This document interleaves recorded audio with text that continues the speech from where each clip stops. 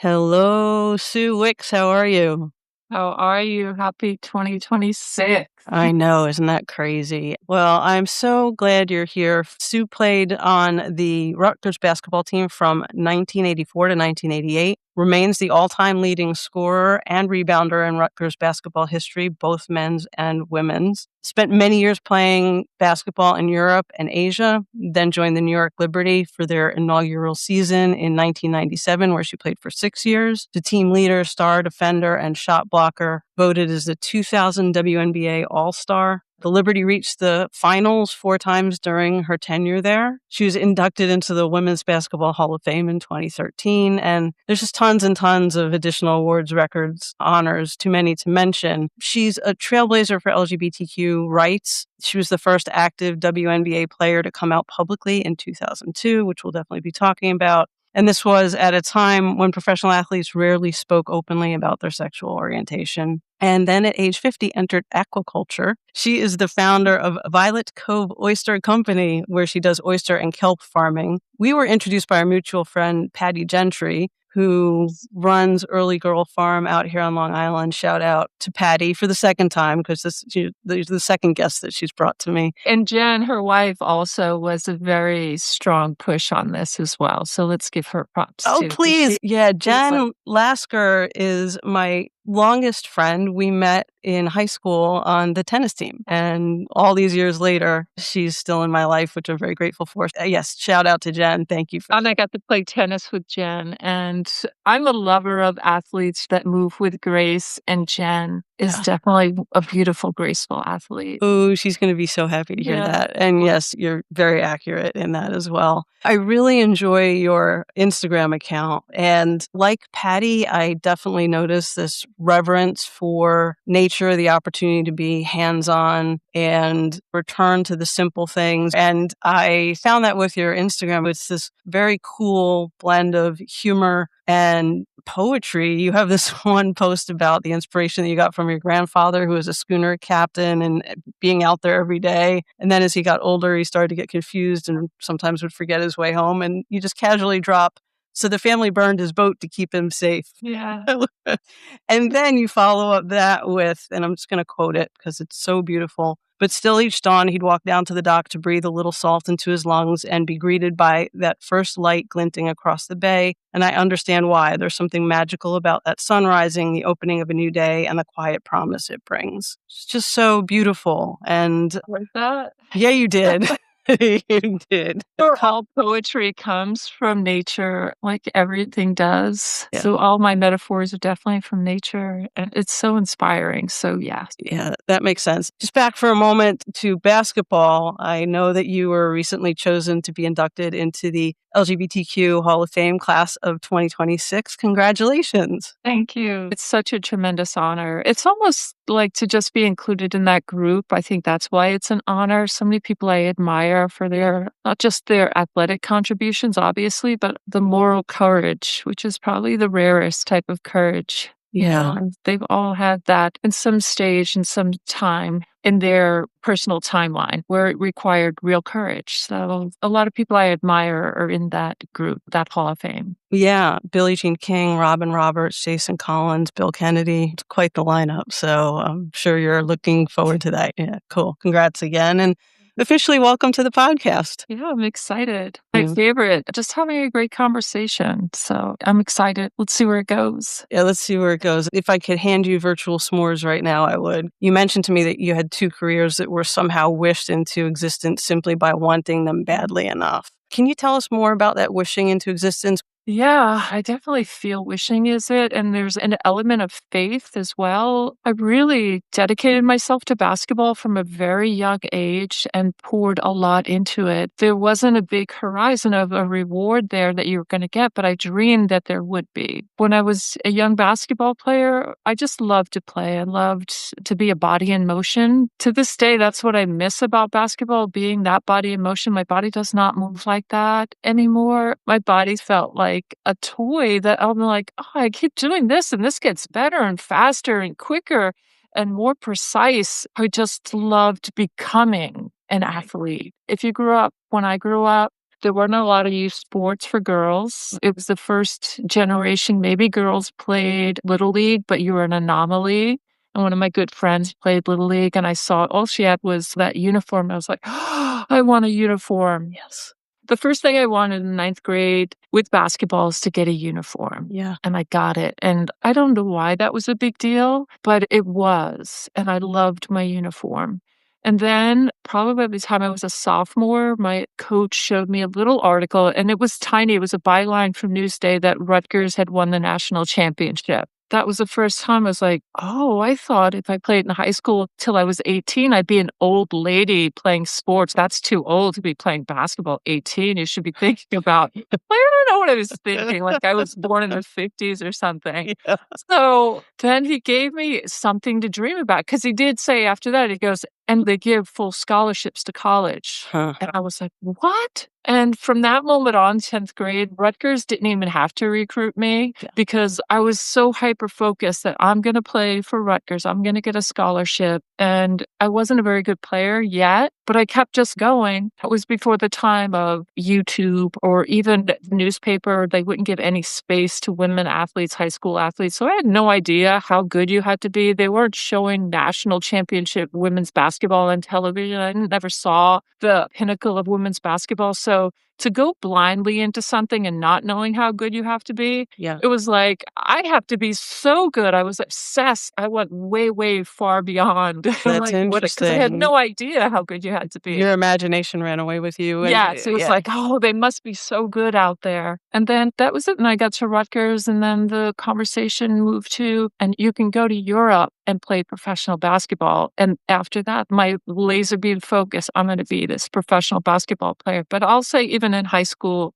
the dream, because I watched the Knicks play, was I wish I could play basketball professionally. It doesn't exist, but that's what I wish. But it wasn't until I was 30 years old that I got the opportunity to come home and play for the New York Liberty, to be in that first draft, that first season of the WNBA. So most players by the age of 30, a decade playing professionally in the obscurity of Europe, definitely disconnected from family, friends, and the US, because again, there's no internet, no satellite television. The phone was so expensive back then, and terrible connection, that when you got to Europe, you're staying in Europe. You learn the language, find friends. This is your life. It's not like you're connected back home, FaceTiming people. You're there. That was 10 years. And a lot of players, after a few years, they're like, you know what? I'm going to go get a real job. But there's that one group that's my peers that stayed that whole 10 years and were the first class of that WNBA. So it was the tail end of our careers for sure, as far as our body would take us. Yeah.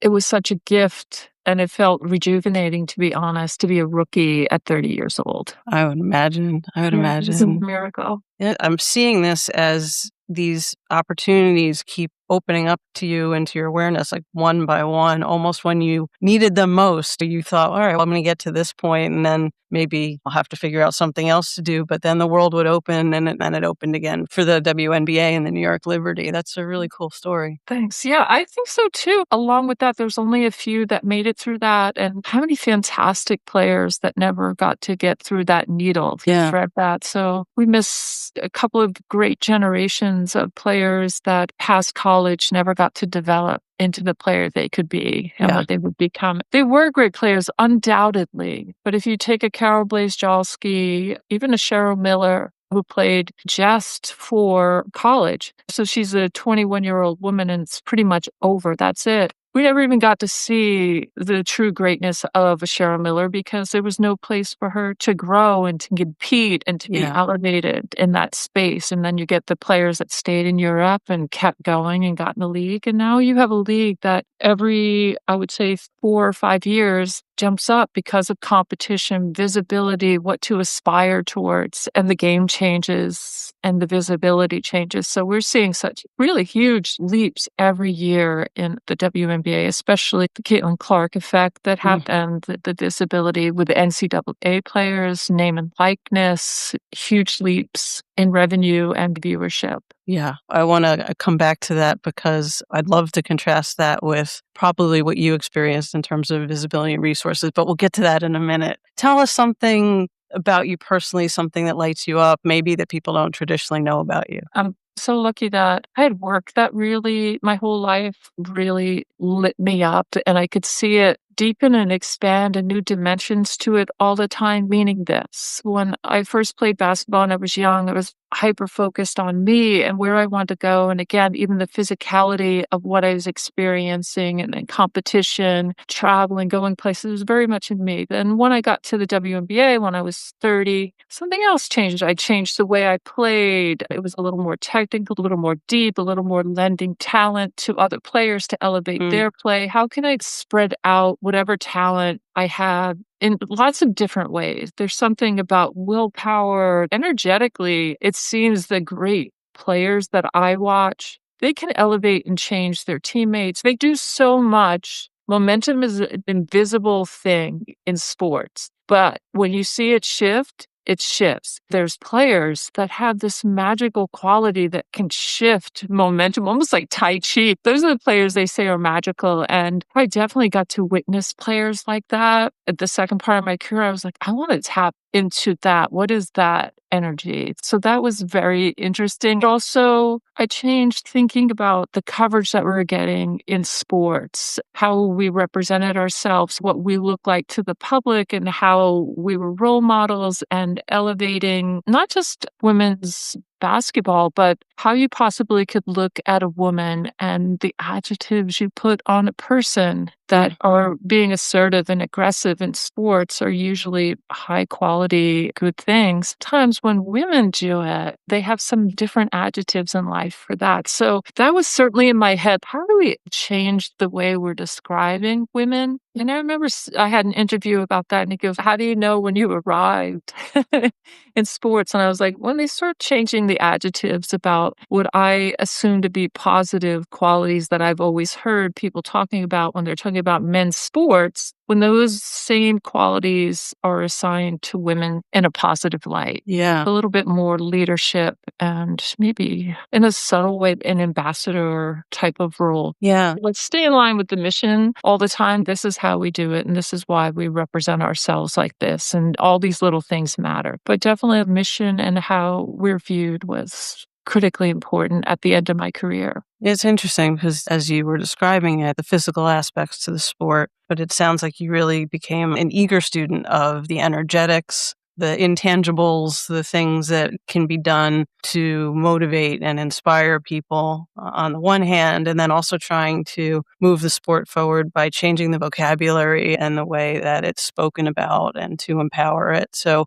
all these kind of extensions of the core basketball stuff that you had been doing throughout your career that you started to have an opportunity to study and immerse yourself in. And if I fumbled through it and didn't do it well, the idea of the intention was there. And now when I'm watching some of our spokeswomen from the league, and some of them work at the UN and the off season, I'm like, yes, like they've taken it so far. Yeah. And Amen. yes, and they're so articulate and they're so aware of their platform and the things that they want to talk about and impact in a very deep level. There's some players that I just hold in such high esteem. When I hear them talk, it literally will bring tears to my eyes. It's almost like I feel they're like my daughters in a sense.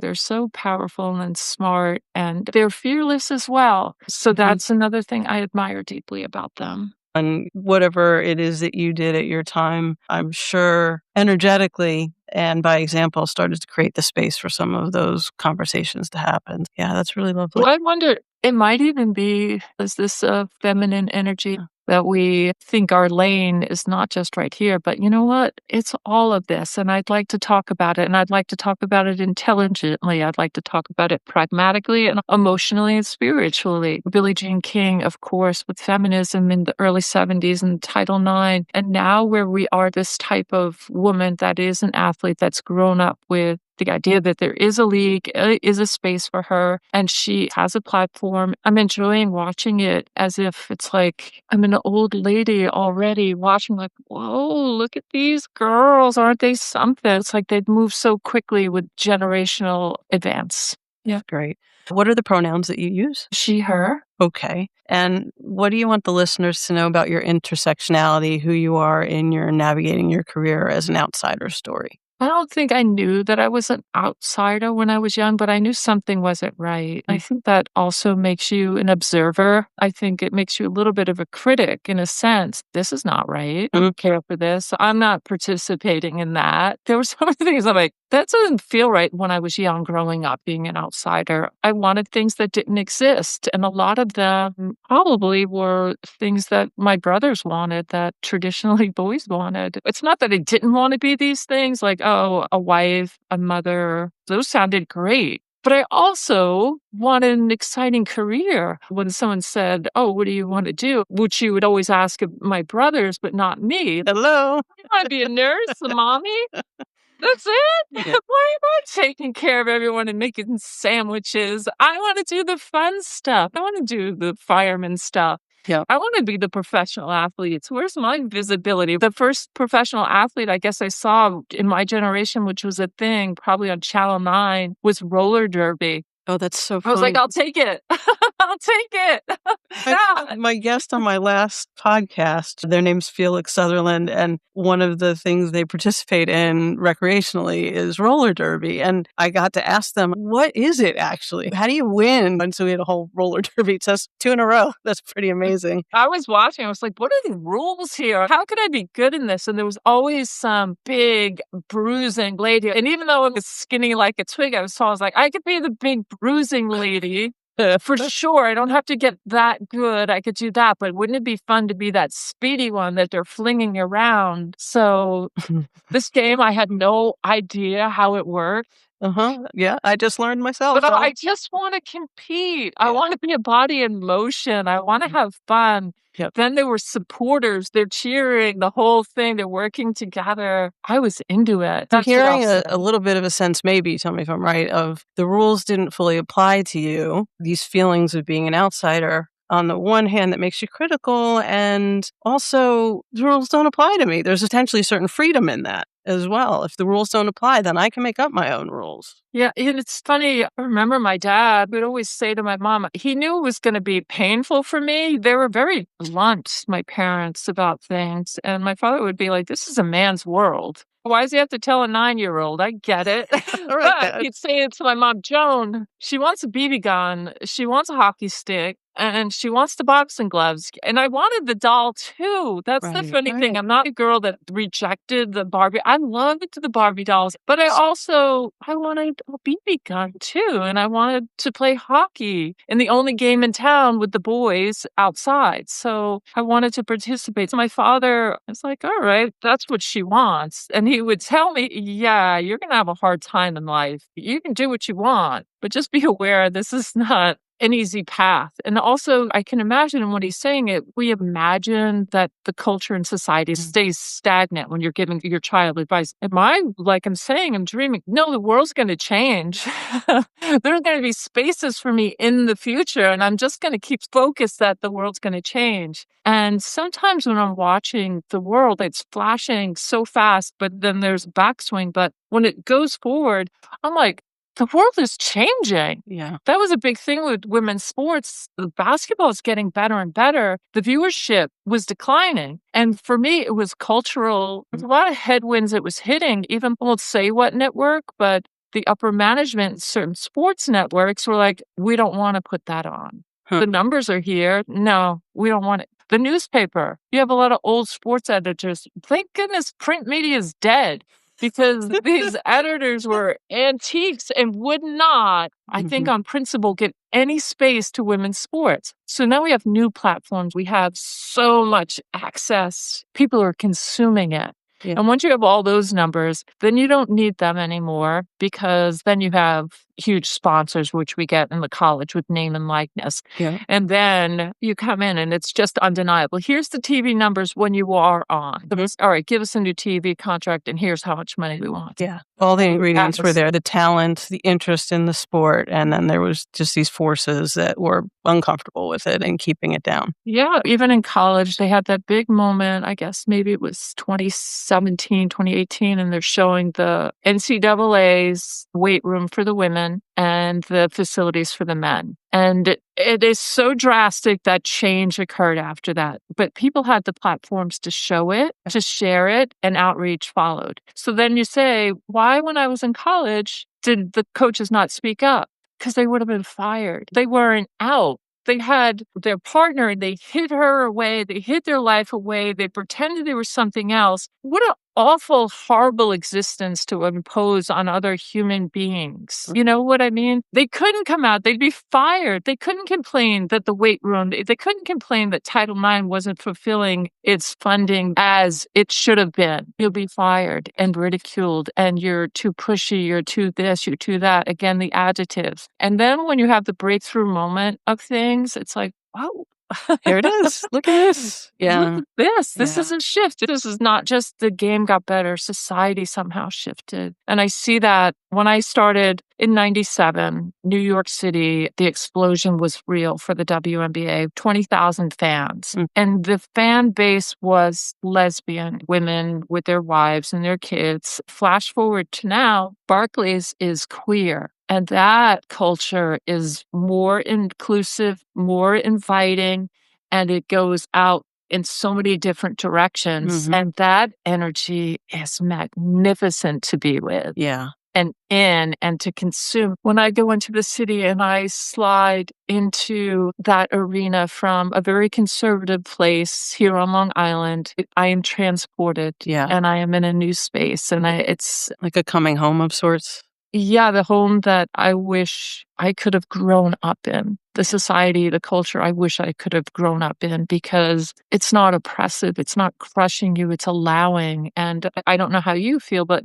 we navigate life and we move through it. We do the best we can. Even if you say, oh, I'm an outsider, I've made my own rules. Society has dictated and molded me the whole way along. There's no two ways about it. A lot of the becoming might be notions trapped in the back of your head that just withered and died on the branch and never got there. That are so crushed down, no air to breathe. Our lives are so short as humans. I can't believe, like, when you're doing here's your resume, Sue. I'm like, I barely identify anymore with being a basketball player. That's so distant past. I'm almost 60 years old this year. It's like, life is so short. Yeah. The idea that anyone would impede anybody along this very short runway that we have in becoming themselves, it's really, in a sense, criminal to me and horrible and inhumane. Yeah. Humanity it's so beautiful and lovely. And I think we all benefit from diversity and difference. Who wants the same thing for dinner every night? It's That's so boring. bland and boring. Yeah, my experience was similar in that there was a lot of hiding and contorting, and it was not a comfortable time when I was first realizing my sexual orientation. It was a very fearful, there was a lot of guilt, and coming out was torturous personally. And then it took me 10 years to do it at work. I hid my relationship with my now wife for about a decade. And then the experience you described going to Barclays Center is, I think, how I felt when I went to my first gay bar. I was like, oh, God, this is so cool. Just everyone here has a shared experience, different experience, but an underlying shared experience of, I didn't just stumble through this door. I have a story and a path that brought me here to this minute. And now we're all here together. And it just hit me so deeply. My wife, who's a little bit older, was worried I'd freak out. And she's like, wow, you're just really at home here. And she was like, yeah, I'm really good. And the humanity part, that's honestly the core of this podcast, is trying to cut through all of the boundaries that we create and reconnect with our humanity, right? There's people with stories, and if we can stop long enough to just share them and listen, maybe we can grab that back a little bit. There was one point when I asked about your intersectionality when we were chatting earlier, and you said you learned early about restraint, silence, and shame, and that ultimately created a space for you that you replaced with acceptance and celebration, which you were really just referring to. Your presence now is so strong and really grounded. There's a kind of quiet, powerful assurance to you. I have trouble envisioning that time of restraint and silence and shame for you. When was that, and what was that like for you? Thank you for the quiet strength. I think that's certainly one part of me, but to this day, I still feel it. I feel myself shrinking myself in certain company all the time, and I don't like it. I feel eyes upon me, judgment upon me, and it causes me to shrink. That happens to me still to this day, I'm sorry to say. I'm hyper aware of it. It's funny because when I work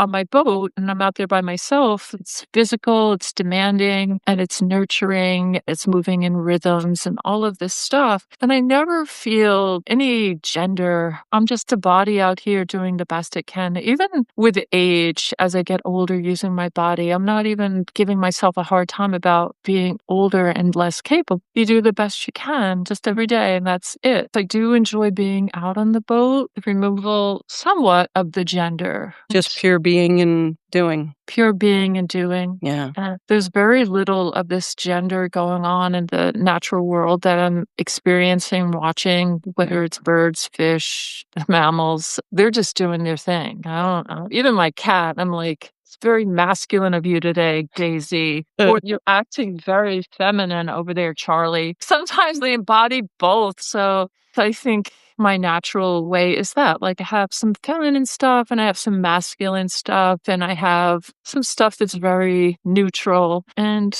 I want to just be that way. But I find myself contorting a little bit depending where I am, and it's for the comfort of others. It's not for me. It's always a little uncomfortable for me. Unless they're your people. We all have our little tribe that we're super comfortable with. But I don't necessarily always just want to be in my echo chamber of political beliefs. I want to go outside of that as well. When I say I like the diversity, even stuff I don't like, it defines me because the way it hits up against me. All this diversity and difference, we find out who we are. Even if it's stuff I don't like, I like to be mixed up in it and hear it, and I want to know what it is. Yeah, you want to stretch yourself in order to experience things and in order to continue to define what does and doesn't feel good for you in terms of your boundaries or what you resonate with, etc.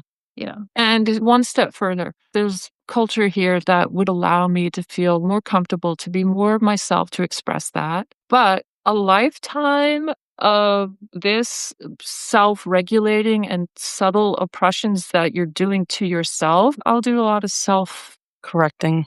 Yes, unfortunately. So maybe that's the curse of our generation, that even though it exists, all we can do is watch it and say, I wish I could be in that. Not just that it's here and I can dip in it and absorb the energy of it, but I wish the influences, the permissiveness of it could have interacted on me in my formative years before I did all of these things of self-preservation, conformity. Look, there's energy that goes into having to navigate who you are against what's going on outside, and a constant really thinking and adjusting, and it can be very exhausting to navigate and to find your way through. And I think, as you're saying, our generation, that was just the only choice. So it doesn't just disappear suddenly. That's always in there to some degree. Yeah, I think that's what happens, that you say, oh, you're an outsider, you're a trailblazer, you're a pioneer, you live by your own rules. And then boom, society opens another space and you're like,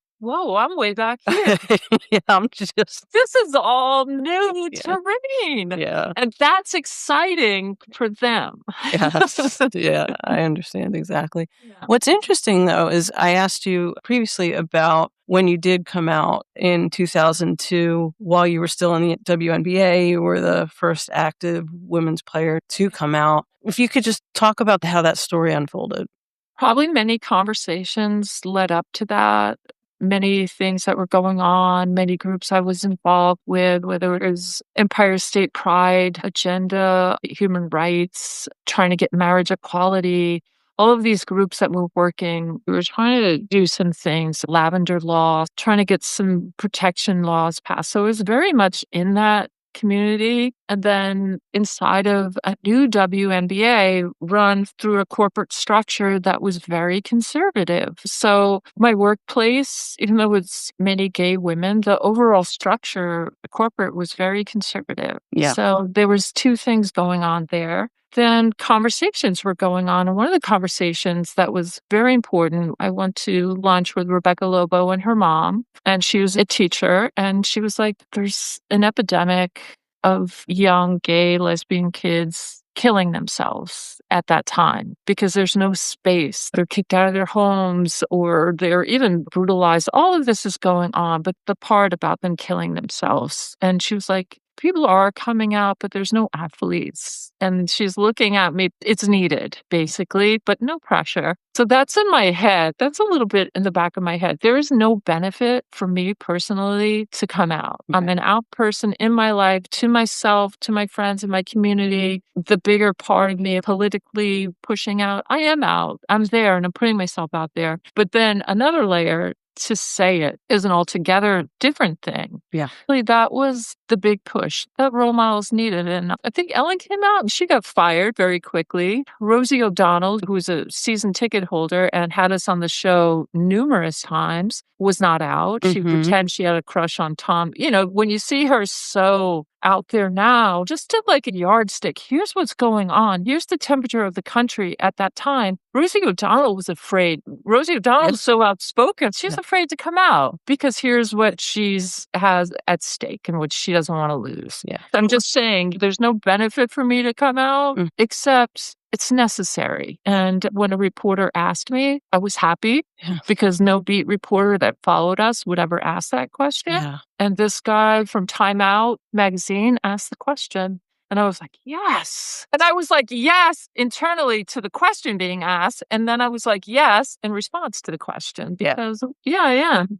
That's great. And that was a surprise to me because for me, again, my experiences it was always a difficult conversation and I'm not in the public eye, the pressures associated with it. And the stakes weren't as high necessarily either. You're in a really important part of your career. And so when you said, I was like, thank God someone finally asked me the question. And it was just a non-event. If anything, you were relieved. That was very inspiring to me. That's nice. And I want to just add another layer. Another player, they were playing baseball at the time, and she was a lesbian. And she was like, oh, I could never do that. I could never jeopardize the entire league. So that notion as well is on you as that first wave of WNBA players. It was so tenuous and fragile, this league. We grew up, things collapse all the time. So the idea that because of public image, you could hurt this league, but I didn't think this is going to hurt my league. Yeah. That was the end. I thought it might hurt my connection to some different fans.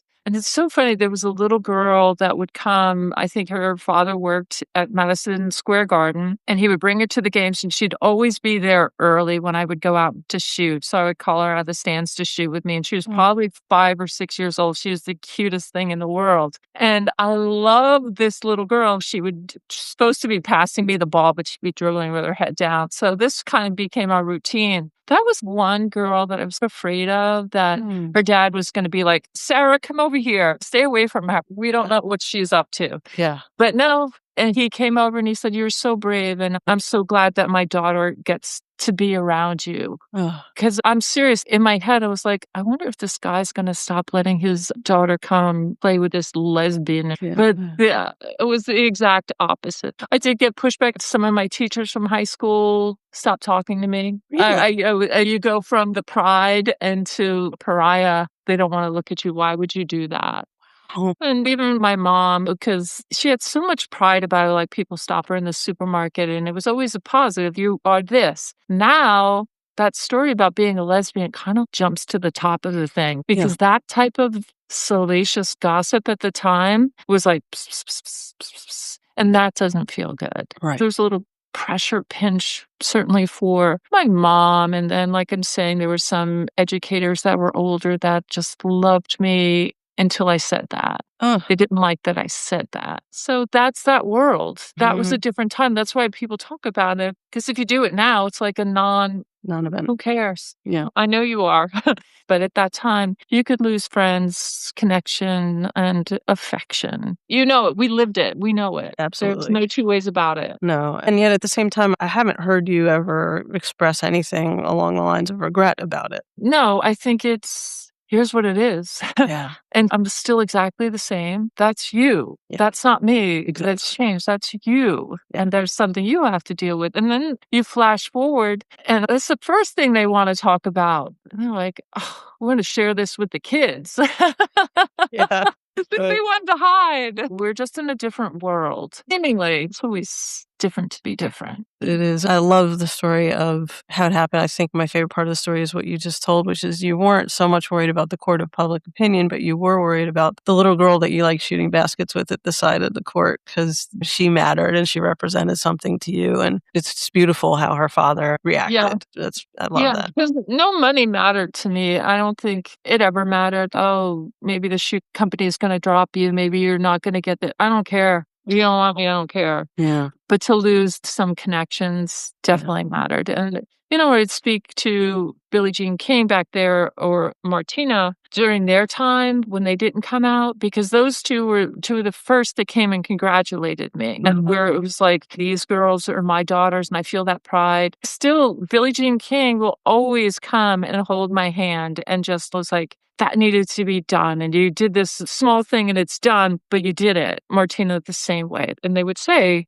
they couldn't do it. They even had to hedge it, like Martina coming out initially saying, I'm bisexual. Yeah, baby steps. Do it like baby steps. Baby steps. Leave a space for men to say, I love women, but guys, of course, I'm accessible. I'm here for you. Yeah, that's great. And it's a full circle moment with you being inducted into the LGBTQ plus Hall of Fame and that Billie Jean King's going to be there that same day. Yeah. So I have a new segment this season called the Thrive Takeaway. And what I ask is, if listeners only remember one thing from our conversation today, one thought, one piece of advice, what would you want them to carry with them so that they thrive in their own careers? Now, normally I leave it wide open, but you said something so beautiful to me that I want to see if you'd be open to exploring this as your Thrive takeaway. And you can say no, and we can talk about whatever you want. But you said, I want people to understand that leadership and capability don't come in one form, and that a woman, especially one who has lived as an outsider, can see, build, and sustain things others might miss. So are you open to talking about that? Women need to be in certain rooms talking because the conversation shifts and changes when they're in the room. It's energetic. If you have a committee or you're deciding things on women's health, please have a woman in the room. Yeah. If you're in a boardroom, have some women in the room. It's a different conversation. You need to spread these things out a little bit to make people think about what they're saying. That's why when they say the DEI, there's a lot of benefits, not just for the folks that get the DEI, but everybody in that room that is thinking about what they're saying, how they're saying it, and who they are with that reflection that comes back at them. The boardroom should have more women in there because we make up a big part of this country and we're impacted by all of these decisions and the way this country moves. With the WNBA, it's a powerful voice, and they've shifted elections in Georgia. Sometimes they're unpopular, but they've done it and they've risked their jobs and they've confronted their entire league during Black Lives Matter. So it's not like you're LeBron James that has multi-generational wealth and all of this structure around him. You can't get rid of him. But Renee Montgomery, Maya Moore, Tina Charles, and a whole list of them, you can get rid of them and never hear from them again. So for them to use their voice, they're super vulnerable. It's the same as an athlete doing civil rights in the 60s. Yeah. We don't need you. You're done. Yeah. Finished. You're done. Don't come back.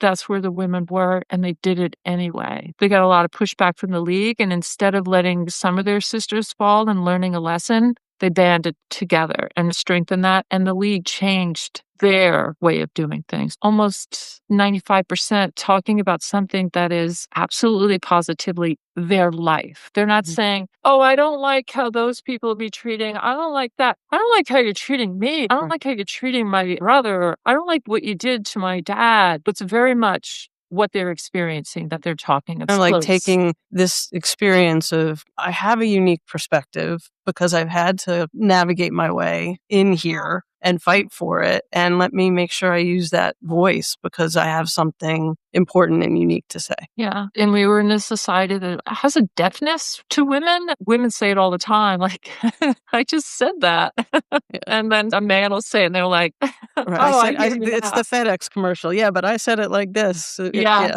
And that's what happens also. Some of these platforms, the women will do it first and then the men will jump in the front of it. And then everyone will attribute it to these NBA guys said this, they said that. And the women are like, we just took this incredible risk, but they keep doing it. And it's a critically important voice, as we're saying, because it is an outsider's voice. And it has the ability to critique society in a certain way. And I think there's a certain intelligence, eloquence, and way that women are that's a little bit different. They have to be more thoughtful, more depth, supportive argument to tell you why this is. Men have had this benefit their whole life. They can just say something and people are like, yeah, Women really have to let me unpack this for you. The experience of constantly unpacking a story to explain what you're thinking, it gives you a skill set that men cannot.